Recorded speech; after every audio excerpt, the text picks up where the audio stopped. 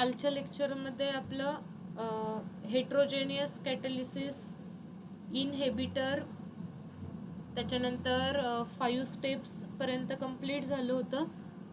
ॲडझॉर्प्शन, डिझॉर्प्शन, reaction intermediate वगैरे इथपर्यंत सगळं कंप्लीट झालं होतं. सो आजच्या टॉपिकमध्ये आपण स्टार्ट करतोय बघा.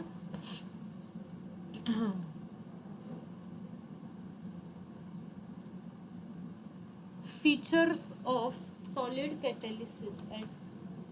जे पण कॅटलिस्ट आपण यूज करतोय त्या कॅटलिस्टचे काय फीचर्स आहेत. Important features of solid catalyst.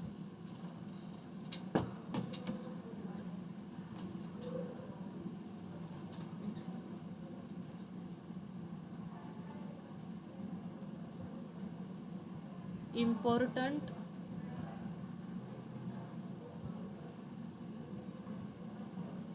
Features of solid catalyst.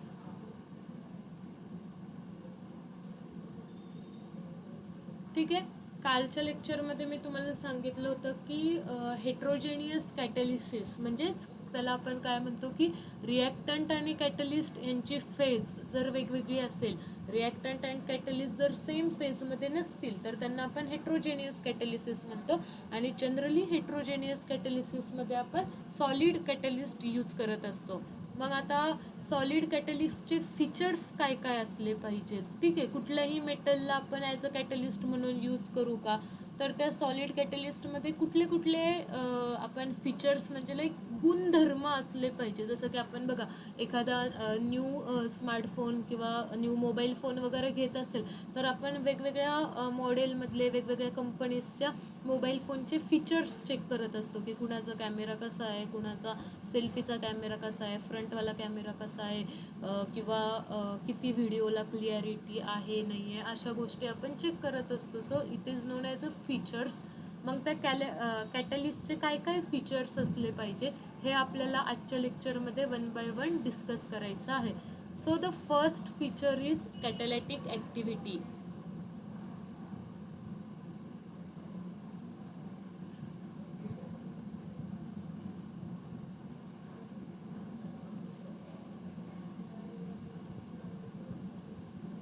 So first feature is catalytic activity. मग आता कॅटॅलिटिक ॲक्टिव्हिटी कुठल्या कॅटलिस्टला ॲक्टिव्ह कॅटलिस्ट म्हणायचं, तर हे कशावर डिपेंड असतं, तर catalytic activity depend on a strength of chemisorption. Catalytic activity depend on strength of chemisorption. याचाच मिनिंग काय होतो,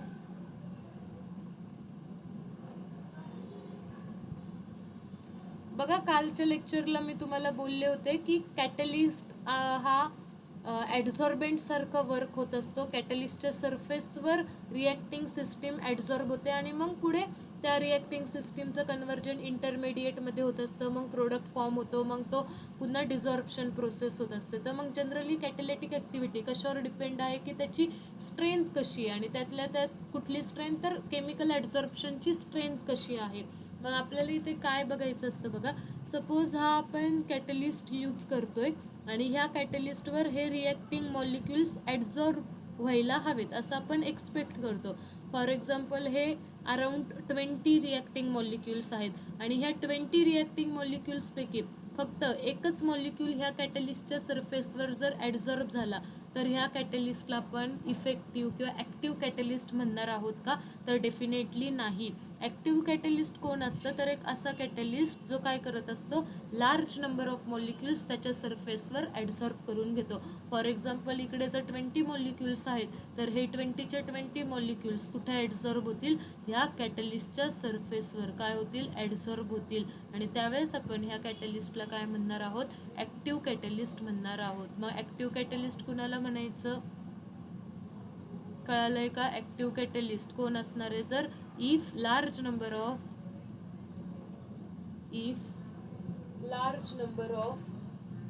reacting molecules, if large number of reacting molecules if large number of reacting molecules are adsorbed, if large number of reacting molecules are adsorbed on the surface of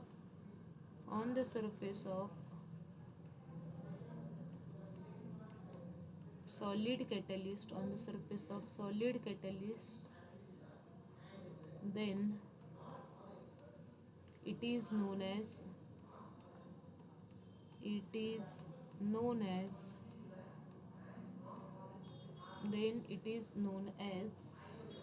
active catalyst. साधं basic logic आहे. Catalyst स्वतःचा surface provide करतो आणि त्याच्या सरफेसवर reacting system fast react होते आणि त्याच्यामुळे रिॲक्शनचा रेट इन्क्रीज होत असतो.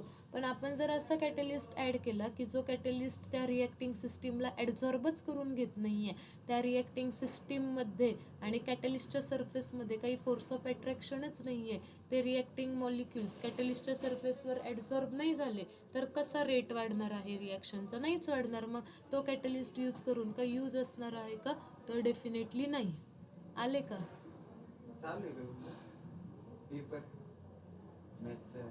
मॅथ्सचा पेपर 1 मिनिट घेतो मी तुमचा. पण तुम्हाला आता पेपर सर अलाउड नाही करणार सबमिशनला, म्हणजे तुम्हाला तो नोटबुकमध्ये सॉल्व करावा लागेल पेपर.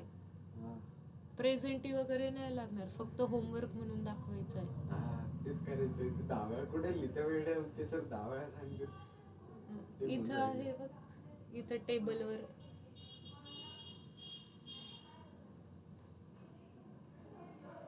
दाखव एकदा.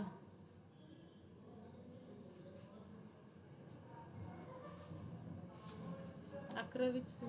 हा ठीक आहे, असू दे. ऐक, ते आले का ऋषिकेश आणि साई? ते नाही संध्याकाळी. असं कसं? सकाळी बोलले ते. येतील ते सरांना बोलून गेलेत, नाही तर फोनच आहे. मग जा सॉल्व करतो. रुद्र पण सॉल्व करतो. रुद्र आलाय का? आलाय ना, तो पण पेपर सॉल्व करतो. जाऊन येऊन देत नाही आल्यावर सरांना सांगावं. जा. बघा आपण काय बघतोय की कॅटॅलिटिक ॲक्टिव्हिटी, जर large number of reacting molecules adsorb झाले तर त्याला आपण म्हणणार आहोत ॲक्टिव्ह कॅटलिस्ट. कारण खूप बेसिक प्रिन्सिपल आहे. कालपासून आपण ते थोडं रिलेट करू शकतो. कालपासून शिकतोय सॉलिड कॅटलिस्ट स्वतःचा सरफेस प्रोव्हाइड करतो, त्याच्या सरफेसवर रिॲक्टिंग मॉलिक्युल्स फास्ट रिॲक्ट व्हायला लागतात आणि त्याच्यामुळे मग रिॲक्शनचा रेट वाढत असतो. पण आपण जर असा कॅटलिस्ट टाकला जो रिॲक्टिंग मॉलिक्युल्सला ॲडझॉर्बच करून घेत नाही आहे, तर त्या कॅटलिस्टचा काय उपयोग असणार आहे? मग त्या कॅटलिस्टला आपण ॲक्टिव्ह कॅटलिस्ट डेफिनेटली नाही म्हणणार. मग असे कोणते ॲक्टिव्ह कॅटलिस्ट असतात? तर जनरली डी ब्लॉकमधले जे मेटल्स असतात ते ॲज अ ॲक्टिव्ह कॅटलिस्ट म्हणून यूज होतात. मग डी ब्लॉकमधले कुठले मेटल्स? तर आयर्न, व्हॅनेडियम अँड क्रोमियम. कुणासाठी ॲज अ ॲक्टिव्ह कॅटलिस्ट म्हणून यूज होतात? कुणासाठी ॲज अ ॲक्टिव्ह कॅटलिस्ट म्हणून यूज होतात? कोणत्या गॅसेससाठी? तर त्याच्यामध्ये एक्झाम्पल्स आहेत C2H2, C2H4, त्याच्यानंतर कार्बन मोनॉक्साईड, कार्बन डायऑक्साईड, त्याच्यानंतर N2, O2 एक्सेट्रा. ह्या गॅसेससाठी आपण कुठला कॅटलिस्ट यूज करत असतो? मग आयर्न, व्हॅनेडियम किंवा क्रोमियम. आता असे काही कॅटलिस्ट आहेत जे अनेबल आहेत कशासाठी? तर N2 आणि CO2 गॅसला ॲडझॉर्ब करून घेण्यासाठी. मग N2 CO2 गॅससाठी कुठला कॅटलिस्ट अनेबल आहे? N2CO2 molecules are unable to adsorb. N2CO2 are unable to adsorb on manganese, copper. मग मॅग्नीज आणि कॉपर हे ॲक्टिव्ह कॅटलिस्ट नाही आहेत. कुणासाठी? तर N2 आणि CO2 साठी. कारण N2 आणि CO2 हे मॉलिक्युल्स मॅग्नीज आणि कॉपरवर ॲडझॉर्बच होत नाहीत. ठीक आहे. आणि बघा मॅग्नेशियम अँड लिथियम सिलेक्टिवली कुणाला ॲडझॉर्ब करत असतात, तर O2ला ॲडझॉर्ब करत असतात. मॅग्नेशियम अँड लिथियम सिलेक्टिवली ॲडझॉर्ब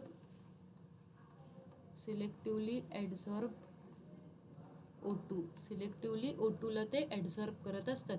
मग जनरली एवढं तुम्हाला कॅटॅलिटिक ॲक्टिव्हिटीबद्दल लक्षात ठेवायचं आहे. This point is for the explanation, this point is of examples, की कुठल्या कॅटॅलिस्टसाठी कुठले गॅस मॉलिक्युल्स आपण यूज करतो, किंवा कुठला कॅटॅलिस्ट कोणत्या गॅस मॉलिक्युलसाठी ॲज अ ॲक्टिव्ह कॅटॅलिस्ट असतो, कुठला मॉलिक्यूल कोणता कॅटॅलिस्ट हा कोणत्या मॉलिक्युलसाठी ॲडझॉर्प्शन प्रोसेस नाही दाखवत. तर मॅग्नीज आणि कॉपर N2 आणि CO2ला ॲडझॉर्ब करून घेत नाहीत. मॅग्नेशियम आणि लिथियम सिलेक्टिवली O2लाच ॲडझॉर्ब करतात. तर इथून तुम्हाला MCQचे क्वेश्चन्स मिळू शकतात, फॉर्म होऊ शकतात. त्याच्यामुळं ह्या पॉईंटवर थोडासा जास्त तुम्ही भर द्या, लक्षात ठेवायचा ट्राय करा. एकदा दोनदा रीड केलं तरी तुम्हाला ते लर्न होऊन जाईल. सो हे झालं कॅटॅलिटिक ॲक्टिव्हिटीबद्दल. नेक्स्ट फीचर आहे कॅटॅलिटिक सिलेक्टिव्हिटी.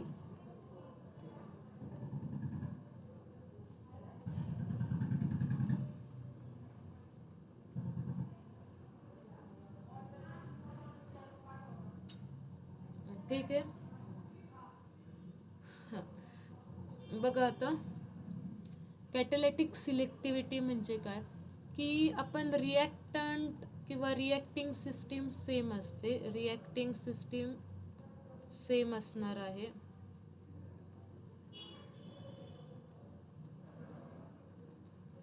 रिॲक्टिंग सिस्टीम सेम आहे. जर आपण कॅटॅलिस्ट डिफरंट यूज केलं, different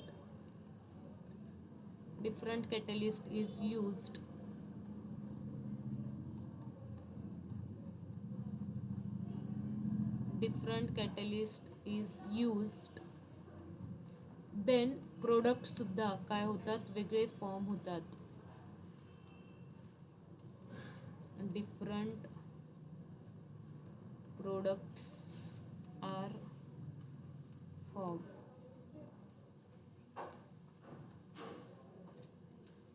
ठीक आहे, बघा मग रिॲक्टिंग सिस्टीम जर चेंज झाली तर आपलं रिॲक्टिंग सिस्टीम सेम ठेवतोय आपण, पण कॅटलिस्ट जर वेगवेगळे यूज केले. काय ग मॅम, एक मिनिट की कुठे चाललेत दुकानात. तू आणि तू कुठे चालली? घरी. तुला मॅथ्स नाही सृष्टी आणि तू या लगेच, या जास्त लांब जाऊ नका, अंधार झाला. हा नाही, त्यांना सांगते तुम्ही परत मॅथच्या लेक्चरला पाहिजे. रिॲक्टिंग सिस्टीम सेम आहे, बट कॅटलिस्ट आपण वेगवेगळे यूज केले तर प्रोडक्ट्स पण काय होणार आहेत, वेगवेगळे फॉर्म होणार आहेत. मग ह्यालाच आपण म्हणत असतो कॅटॅलिटिक सिलेक्टिव्हिटी. म्हणजेच आपल्याला कॅटलिस्ट ॲड करताना रँडमली कोणताही कॅटलिस्ट ॲड करून नाही चालणार.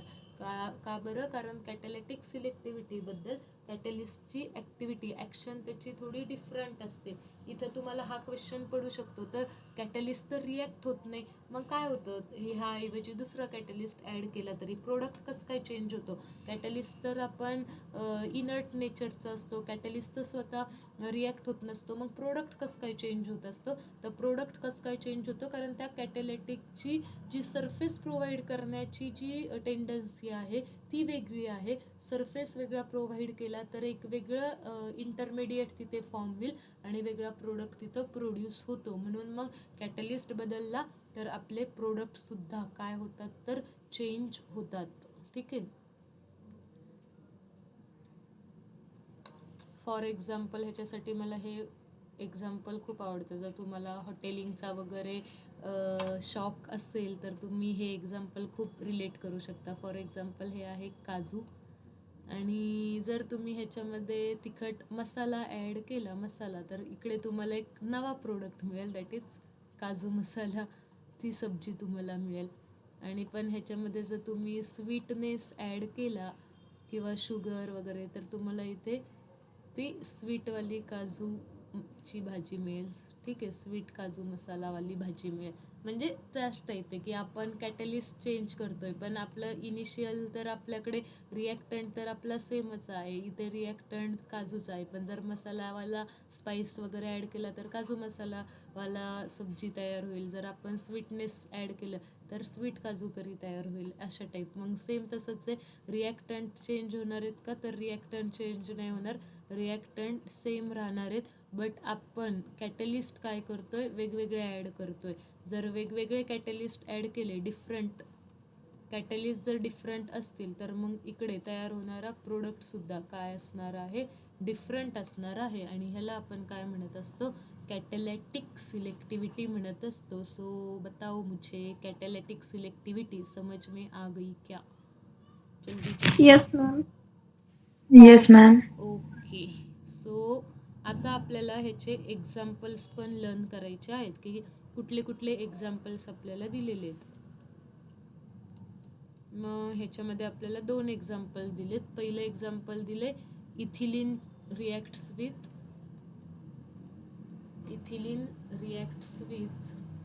एकच minute, O2. Ethylene reacts with O2. बघा आता, इथिलीन रिॲक्ट्स विथ O2 हे एक्झाम्पल दिलेलं आहे. तर मग पहिल्यांदा इथिलीनचा फॉर्म्युला C2H4. इथिलीन रिॲक्ट होणार आहे कशासोबत, O2 सोबत.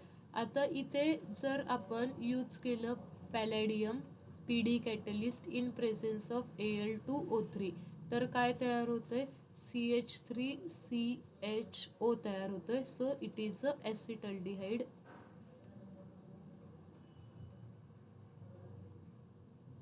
ठीक आहे, म्हणजेच आपल्याला काय कळतंय, इथिलीन जर रिॲक्ट झाला O2 सोबत, पण कुणाच्या प्रेझेन्समध्ये, कॅटलिस्ट काय वापरलाय आपण, पॅलॅडियम, तर आपल्याला कुठला प्रोडक्ट मिळतोय, तर ॲसिटल्डिहाइड हा प्रोडक्ट मिळतोय. ठीक आहे.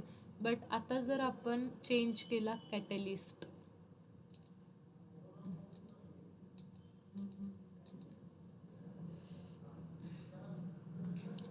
जर आपण चेंज केला, that is C2H4 plus O2, reacting system change होते का, नाही. मी तुम्हाला इथंही तेच सांगते बघा, रिॲक्टिंग सिस्टीम चेंज नाही होत, रिॲक्टिंग सिस्टीम सेम राहते. मग वरती C2H4 होते, खाली पण C2H4. पण आता मला जर पॅलॅडियमच्या ऐवजी मला जर सिल्वर ॲड करायचं असेल, आणि मी जर सिल्वर ॲड केलं, तर कुठला कंपाऊंड तयार होतो, तर दुसरा कंपाऊंड तयार होतो. सिल्वर जर ॲड केलं, सिल्वर म्हणजे Ag in presence of Al2O3, तर काय तयार होतं बघा, CH2 आणि इकडे असं ऑक्साईड, इथिलीन ऑक्साईड असं म्हणतो. इथिलीन ऑक्साईडचं फॉर्मेशन होतं. सो रिॲक्शन कळालेली आहे का आपल्याला? जास्त रिॲक्शनच्या इन डिटेल मेकॅनिझममध्ये नाही जायचं, एवढंच आपल्याला बघायचं आहे की ॲसिटल्डिहाइड कुणाच्या प्रेझेन्समध्ये तयार होतोय, इथिलीन ऑक्साईड कुणाच्या प्रेझेन्समध्ये तयार होतोय. ठीक आहे, पॅलॅडियम असेल तर काय तयार होतंय, ॲसिटल्डिहाइड. सिल्वर जर असेल तर काय तयार होणार आहे, इथिलीन ऑक्साईड. इथून तुम्हाला काय येतात, तर क्वेश्चन्स येतात. ठीक आहे, पॅलॅडियम असेल तर काय यूज करताल, इथिलीन आणि oxygen both are the reacting system. ह्याच्यामध्ये तर काही हेच नाही, रिॲक्टिंग सिस्टीम कशी असणार आहे, सेम असणार आहे. पण आपण कॅटलिस्ट चेंज केला, इकडे Ag कॅटलिस्ट आहे, आपला प्रोडक्ट काय झालेला आहे, चेंज झालेला आहे. आय होप हे एक्झाम्पल क्लिअर असेल.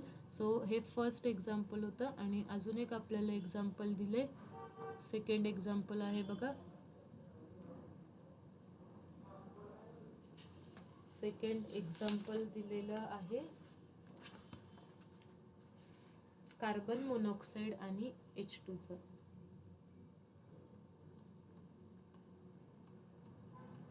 Carbon monoxide and hydrogen gas.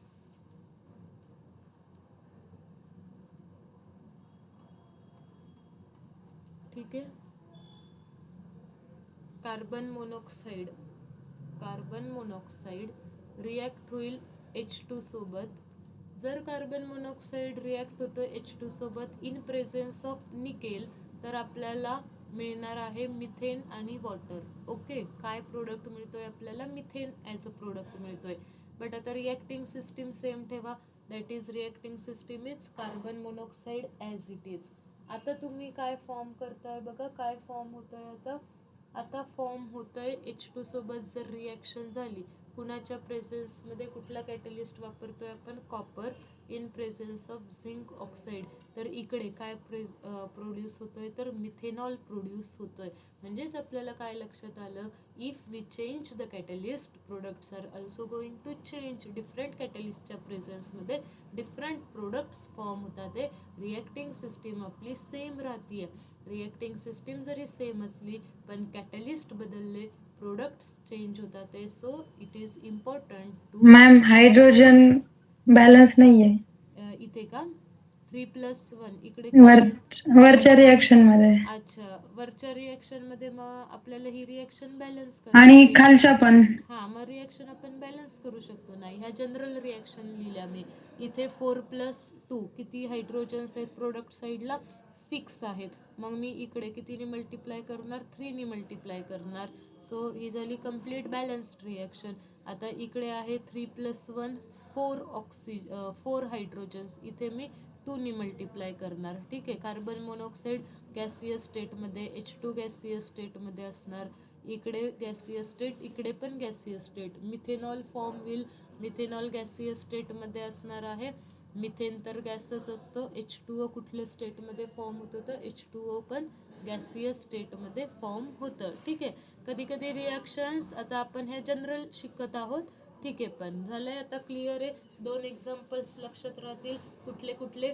इथिलीनचं oxidation होतंय. इथिलीन आपण रिॲक्ट करतोय ऑक्सिजन गॅस सोबत आणि कार्बन मोनॉक्साईड रिॲक्ट होतं ते H2 सोबत.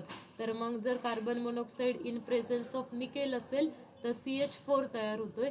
कार्बन मोनॉक्साईड जर कॉपरच्या प्रेझेन्समध्ये असेल तर काय तयार होणार आहे? मिथेनॉल तयार होणार आहे. Different catalyst produces different products. Clear आहे इथपर्यंत? Yes ma'am. ठीक येस आहे. मॅम. ओके, सो हा झाला आपला फीचर्समधला सेकंड पॉईंट. फर्स्ट होता कॅटॅलिटिक सिलेक्टिव्हिटी, सेकंड होता फर्स्ट होता कॅटॅलिटिक ॲक्टिव्हिटी. आता आपल्याला सेकंड झालाय बघून, थर्ड फीचर बघायचंय.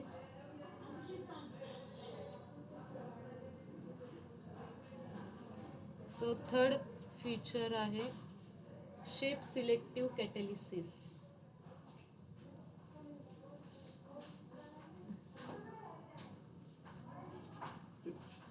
त्या ह्या बाहेर गेल्या, आल्या का बघा? कोण? सृष्टी कानडे हा. आणि ती कोण दुसरी? वैष्णवी आदिती. आदिती वने. काल ते कोण कॉपी प्यायला गेला होता? अरे बापरे, तुम्हाला कसं कळलं? नाही, लेक्चर संपलं गेलं होतं. अच्छा, मग सुजित ना आम्ही खाली आल्यावर मग दिसले येताना परत. म्हणलं पुढं आम्ही कोण कॉपी प्यायला गेलो दोन. मजा आहे बाबा एवढ्या रात्री. Shape selective कॅटॅलिसिस.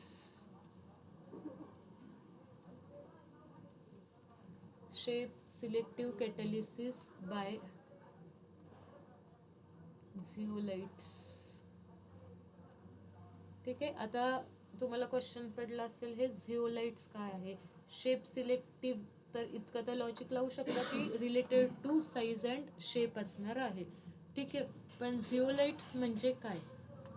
वेट,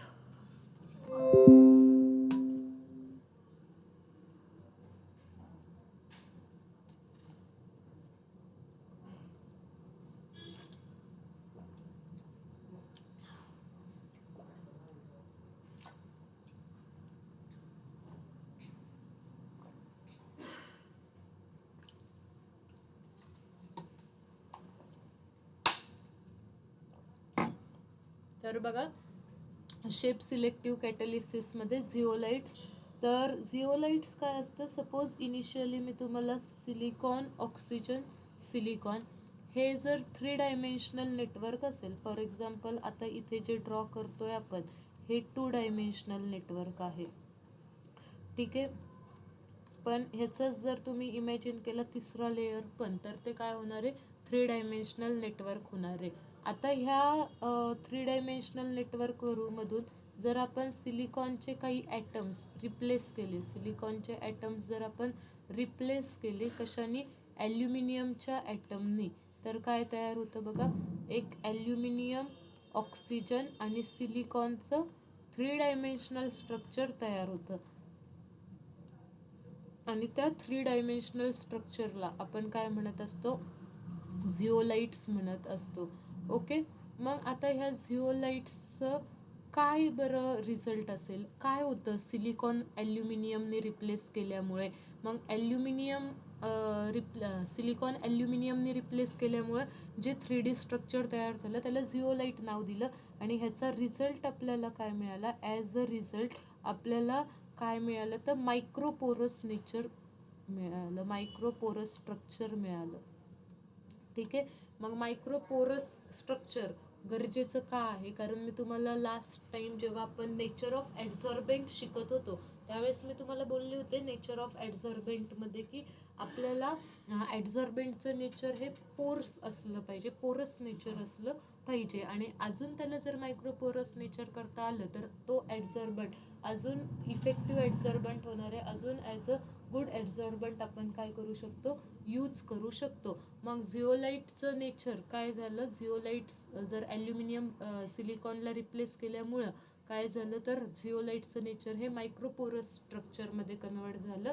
आणि आता ह्या मायक्रोपोरस स्ट्रक्चरचा यूज करून आपण काय करू शकतो, सिलेक्टिव्ह ॲड्झॉर्प्शनच तिथे करू शकतो किंवा सिलेक्टिव्ह रिॲक्टंट मॉलिक्युल्सच तिथं ॲड्झॉर्प्शन होऊ शकतं. आता बघा हे समजून सांगण्यासाठी मी तुम्हाला सांगते, फॉर एक्झाम्पल हा आहे झिओलाइट आणि आता ह्याचं एकदम मायक्रोपोरस स्ट्रक्चर आहे, म्हणजे ह्याच्यावर अगदी स्मॉल स्मॉल स्मॉल मायक्रोमध्ये स्मॉल स्मॉल होल्स क्रिएट झालेले आहेत. जा ना घेऊन, मग इकडे ठेव बाहेर ह्या बुक्सवर वगैरे, तुम्हीच घेऊन जा जाताना. हां ठेव. बघा हे मायक्रोपोरस नेचर आहे. आता ह्या मायक्रोपोरस नेचरमध्ये कोणतेही रिॲक्टंट मॉलिक्युल्स ॲड्झॉर्ब होतील का, तर डेफिनेटली आन्सर असणार आहे नाही. आता हे रिलेट करायचं आहे तुम्हाला सुई दोऱ्यासोबत. हे सुई दोरा असा असतो बरोबर, ह्या छोट्याशा होलमधून तुम्ही असा हा दोरा काय करत असता, पास करत असता बरोबर, दोरा ओवतो आपण असं आपण म्हणतो. मग मला सांगा, ह्या होलमधून हा स्मॉल साईजचाच दोरा काय होऊ शकतो, पास होऊ शकतो बरोबर आहे, पटतंय सगळ्यांना. जर आता मी ह्या स्मॉल साईजच्या दोऱ्याऐवजी जर मी इथं अशी भली मोठी रस्सी आणली आणि ती रस्सी ह्या होलमधून पास करत बसले तर जाणार आहे का, अशी मोठी रस्सी मोठी दोरी ह्या होलमधून पास करत बसले मी तर ती जाणार आहे का, तर तुम्ही ऑब्व्हियसली म्हणताल मॅडम ऑब्व्हियसली नाही जाणार, कारण ह्या स्मॉल होलमधून कोण जाऊ शकतं आरपार, तर ह्याच्यापेक्षा छोटी साईजवाली एखादी जी दोरी असेल, एक दोरा असेल तेवढा तो दोरा जाऊ शकतो ह्या स्मॉल होलमधून. पण आता भली मोठी एखादी रस्सी आणली ती आपण ह्या स्मॉल होलमधून जर पास करून बघत असू तर ऑब्व्हियसली ती जाणार नाही. तुम्ही हा एक्सपेरिमेंट करून बघा. मग सेम इथं तेच रिलेट होते. आता जो तुम्ही कॅटलिस्ट वापरताय तो कॅटलिस्ट म्हणजे आता झिओलाइट आपण ॲज अ कॅटलिस्ट वापरत असतो, तर तो आता एकदम मायक्रोपोरस नेचरचा झाल्यामुळं कोणतेही रिॲक्टिंग मॉलिक्युल्स ह्याच्यावर ॲड्झॉर्ब होत नाहीत. मग इथं रिॲक्टंट्स अँड प्रोडक्टची साईज आणि शेपसुद्धा काय घेतली जाते, विचारात घेतली जाते. मग झिओलाइट्सच्या रिॲक्शन्स कशावर डिपेंड असतात असा क्वेश्चन तुम्हाला येतो. मग झिओलाइट्सच्या रिॲक्शन्स कशावर डिपेंड असतात, तर size and shape of products and reactants. Zeolite reactions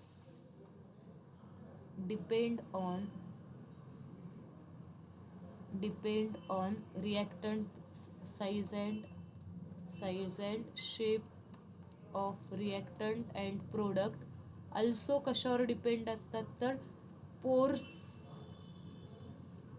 pores and cavities of pores and cavities of झिओलाइट्सवर डिपेंड असतात. ठीक आहे. मग त्या झिओलाइटचं पोर्स किती आहेत, त्या कॅव्हिटीज किती आहेत. ठीक आहे. त्या कॅव्हिटीजवर, कॅव्हिटीज म्हणजे असे खड्डे, जसं आपण म्हणतो ना दाताची कॅव्हिटी आपली, तर त्याला असं आपण कॅव्हिटी म्हणतो. मग ते पोर्स कॅव्हिटीज झिओलाइटची कशी आहे, रिॲक्टंटचा आणि प्रोडक्टची साईज आणि शेप कशी आहे, ह्याच्यावर झिओलाइटच्या रिॲक्शन्स काय असतात तर डिपेंड असतात. मग म्हणून आपण झिओलाइटला काय म्हणत असतो, देअरफॉर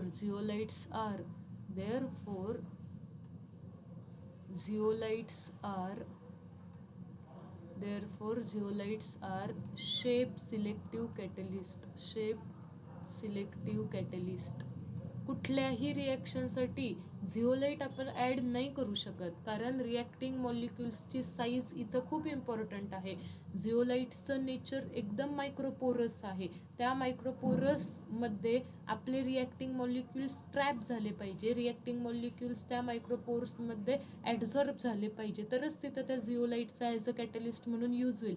आपण झिओलाइट ॲड करतोय, आपले रिॲक्टिंग मॉलिक्युल्स आहेत भले मोठे, मग ते रिॲक्टिंग मॉलिक्युल्स त्या झिओलाइटच्या मायक्रोपोरसवर काय होणार नाहीत, ट्रॅप होणार नाहीत, ॲडझॉर्ब होणार नाहीत. मग त्याचा कायच यूज असणार आहे, बरोबर. म्हणून मग इथं आपण काय बघत असतो की झिओलाइटचं पोर्स कॅव्हिटीज पण डिपेंड आहे. झिओलाइटसोबत ज्या रिॲक्टिंग मॉलिक्युल्स असतील, जे प्रोडक्ट्स असतील, त्यांची साईज आणि शेप पण इम्पॉर्टंट आहे. ठीक आहे. म्हणून झिओलाइटला शेप सिलेक्टिव्ह कॅटलिस्ट म्हणत असतात. मग आता ह्याचं एक्झाम्पल, जी पण पेट्रोलियम इंडस्ट्री आहे, पेट्रोलियम इंडस्ट्रीमध्ये ZSM5 नावाचा झिओलाइट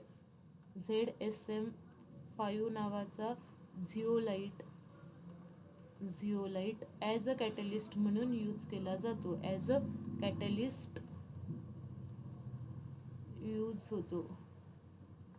कॅटलिस्ट यूज होतो.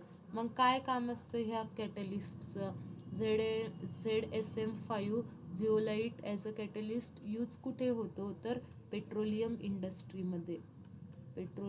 इंडस्ट्रीमध्ये काय करतो हा पेट्रोलियम इंडस्ट्रीमध्ये हा कॅटलिस्ट, तर अल्कोहोलला डायरेक्टली कन्वर्ट करत असतो. अल्कोहोलला डायरेक्टली कन्वर्ट करतो कशामध्ये, अल्कोहोलला डायरेक्टली कन्वर्ट करतो गॅसोलिनमध्ये. ओके. तर मग ह्याला आपण म्हणत असतो ZSM5चा रोल ॲज अ कॅटलिस्ट कुठं होतं, ZSM5. किंवा तुम्हाला विचारू शकतात अल्कोहोलला डायरेक्टली गॅसोलिनमध्ये कन्वर्ट करण्यासाठी कुठला कॅटलिस्ट वापरतात, कुठला झिओलाइट वापरतात. मग ZSM5 हा झिओलाइट ॲज अ कॅटलिस्ट म्हणून यूज होतो पेट्रोलियम इंडस्ट्रीमध्ये. परत असा क्वेश्चन विचारला जाऊ शकतो की झिओलाइटला आपण शेप सिलेक्टिव्ह कॅटलिस्ट का म्हणतो, कारण झिओलाइटचं स्ट्रक्चर कसं असतं, मायक्रोपोरस स्ट्रक्चर असतं. त्याच्यामुळं झिओलाइटसोबत ज्या रिॲक्शन्स होतात त्या रिॲक्शन्स कशावर डिपेंड असतात, रिॲक्टंट आणि प्रोडक्टची साईज आणि शेप कशी आहे, परत झिओलाइटचं पोरस आणि कॅव्हिटीजचं स्ट्रक्चर कसं आहे, ह्याच्यावर त्या रिॲक्शन्स डिपेंड असतात. म्हणून झिओलाइटला आपण शेप सिलेक्टिव्ह कॅटलिस्ट म्हणतो. कुठल्याही नॉर्मल रिॲक्शनमध्ये आपण झिओलाइट ॲड करू नाही शकत, कारण झिओलाइटचं मायक्रोपोरस स्ट्रक्चर असतं. नॉर्मल रिॲक्टिंग मॉलिक्युल्स त्याच्यावर ॲडझॉर्ब होणार नाहीत. आता झिओलाइटची जे स्मॉल होल्स आहेत ती साईज आणि रिॲक्टिंग मॉलिक्युलची साईज जर सेम असेल तर रिॲक्टिंग मॉलिक्युल्स काय होतील, त्या स्मॉल होल्समध्ये ट्रॅप होतील, ॲडझॉर्ब होतील. तिथं आपण मग झिओलाइट्स आपण यूज करू शकतो. म्हणजेच आपल्याला रिॲक्टिंग मॉलिक्युल्सची साईज आणि शेप विचारात घेणं गरजेचं आहे. जो प्रोडक्ट फॉर्म होईल त्या प्रोडक्टची साईज अँड शेप कशी असेल, किती असेल, हे विचारात घेणं गरजेचं असतं. क्लिअर इथपर्यंत 3 फीचर्स? Yes ma'am. ठीक आहे.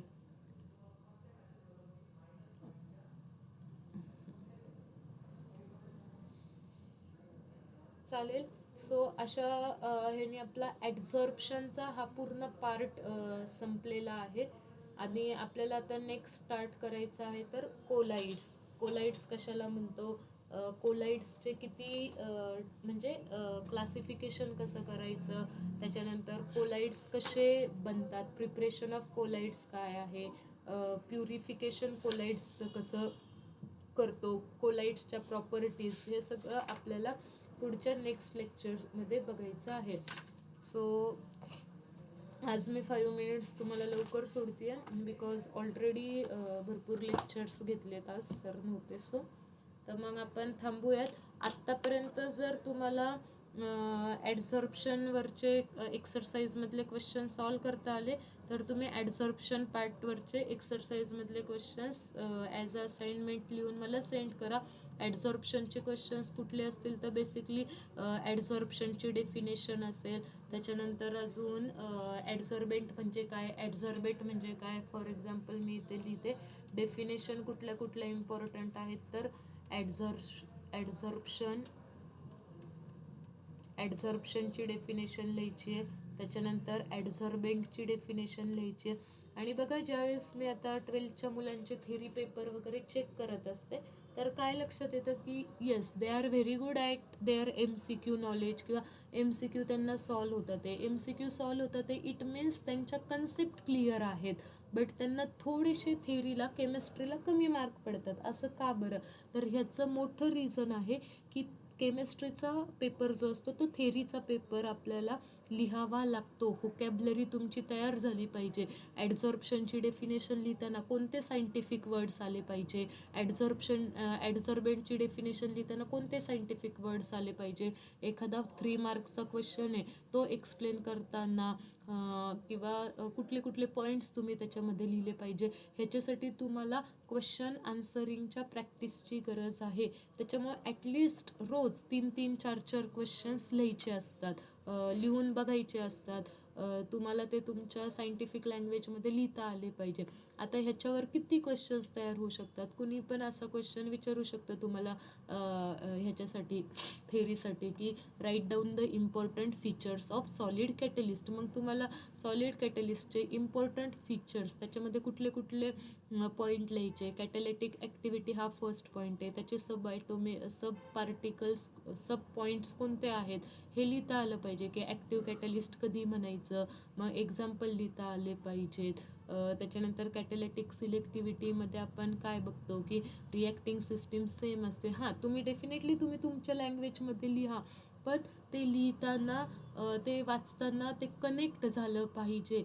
नाहीतर तुम्ही मध्येच काही पण लिहिताय वगैरे तसं चालत नाही. एक व्यवस्थित असं सिक्वेन्स त्याला असला पाहिजे. आणि ह्याच्यासाठी रायटिंगची प्रॅक्टिस खूप खूप इम्पॉर्टंट आहे. म्हणजे चलो त्यांना MCQचे क्वेश्चन्स वगैरे येतात नो डाऊट, म्हणजे ते असे फास्ट पण सोडवतात MCQचे क्वेश्चन का तर कन्सेप्ट तेवढ्या क्लिअर झालेल्या आहेत. पण थेरीमध्ये मग आपल्याला मागं नाही पडायचं, कारण आपल्याला बघा सगळेजण विचारतात अरे 12वीला किती टक्के पडले, 12वीला किती टक्के पडले. सो थेरीचे मार्क्स पण इम्पॉर्टंट असतात. डेफिनेटली CETच्या मार्कांवरून तुम्हाला इंजिनिअरिंगचे ॲडमिशन्स मिळणार आहेत हे ते, पण थोडं तुम्ही जास्त सराव केला तर तुम्हाला थेरीला पण चांगले मार्क मिळतात. त्याच्यामुळं आत्तापासून प्रॅक्टिस करा. रोज असे क्वेश्चन आन्सर लिहायचे आहे, डेफिनेशन लिहायच्या. ॲडझॉर्प्शन, ॲडझॉर्बेंट, त्याच्यानंतर तुम्हाला डेफिनेशन लिहायची आहे ॲडझॉर्बेटची. त्याच्यानंतर चौथी डेफिनेशन आहे डिझॉर्प्शनची. ओके, ह्या डेफिनेशन तुम्हाला लिहायच्यात. Then you have to write down the next question. Difference, कशामधला डिफरन्स तुम्हाला लिहायचा आहे. व्यवस्थित नोटबुक्स तुमच्याकडे पुस्तकं असतील PDF डाउनलोड करा बुकची वगैरे 11th स्टँडर्डच्या. त्याच्यामधून पहिला डिफरन्स तुम्हाला लिहायचा आहे ॲब्झॉर्प्शन अँड ॲडझॉर्प्शनमधला. Absorption and adsorption. Second difference तुम्हाला लिहायचा आहे physical adsorption and chemical adsorption. आणि बघा आता म्हणजे थोडं तुम्ही ऑफलाईनला आहात त्याच्यामुळे आम्हाला तुमचे थेरी पेपर कंडक्ट नाही करता येत. No one is going to ask you की तुम्ही थेरी पेपरला का नव्हते, तुम्ही थेरी पेपर असा लिहिला तसा लिहिला. सो ही तुमची रिस्पॉन्सिबिलिटी असणार आहे की आपल्याला व्यवस्थित थेरी पेपर म्हणजे नाही का थेरीचा कसा आपण पेपर लिहित असतो तशा छान प्रॉपर नोट्स बनवायच्या. किंवा हवं तर आपण इथून पुढे तुम्हाला थेरी पेपर पाठवून देत जाऊ, तुम्ही ते तसे सॉल्व करत जा प्रामाणिकपणे वगैरे. तुम्हीच ॲनालिसिस करत जा मग कुठल्या क्वेश्चनचा आन्सर कसं आलं, करेक्ट लिहिलं आहे का, ते पॉईंट्स आपण लिहिलेत का. तर थेअरी पेपर पण इम्पॉर्टंट असतात. हा डिफरन्स झाला. त्याच्यानंतर question number 3, write down any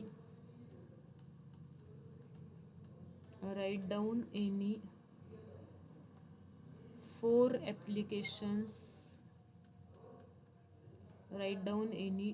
applications of adsorption. त्याच्यानंतर नेक्स्ट क्वेश्चन आहे, define homogeneous catalysis and heterogeneous कॅटॅलिसिस.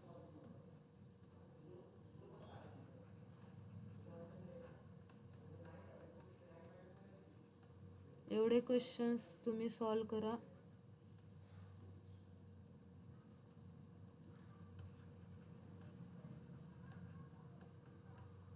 अजून आहेत बरेच, कॅटॅलिस्टची डेफिनेशन, कॅटॅलिसिसची डेफिनेशन, एक्झाम्पल्स ऑफ होमोजेन, म्हणजे प्रत्येक पॉईंटवर इथून क्वेश्चन तयार होऊ शकतो. सो हा as a homework, as a assignment complete करा. And we will stop here. उद्यापासून आपण कोलाइड स्टार्ट करूयात. Thank you for joining the lecture. Ma'am, कालच्या सेशनचे PDF पाठवले नाहीत सरांनी. ओके ठीक आहे, चालेल.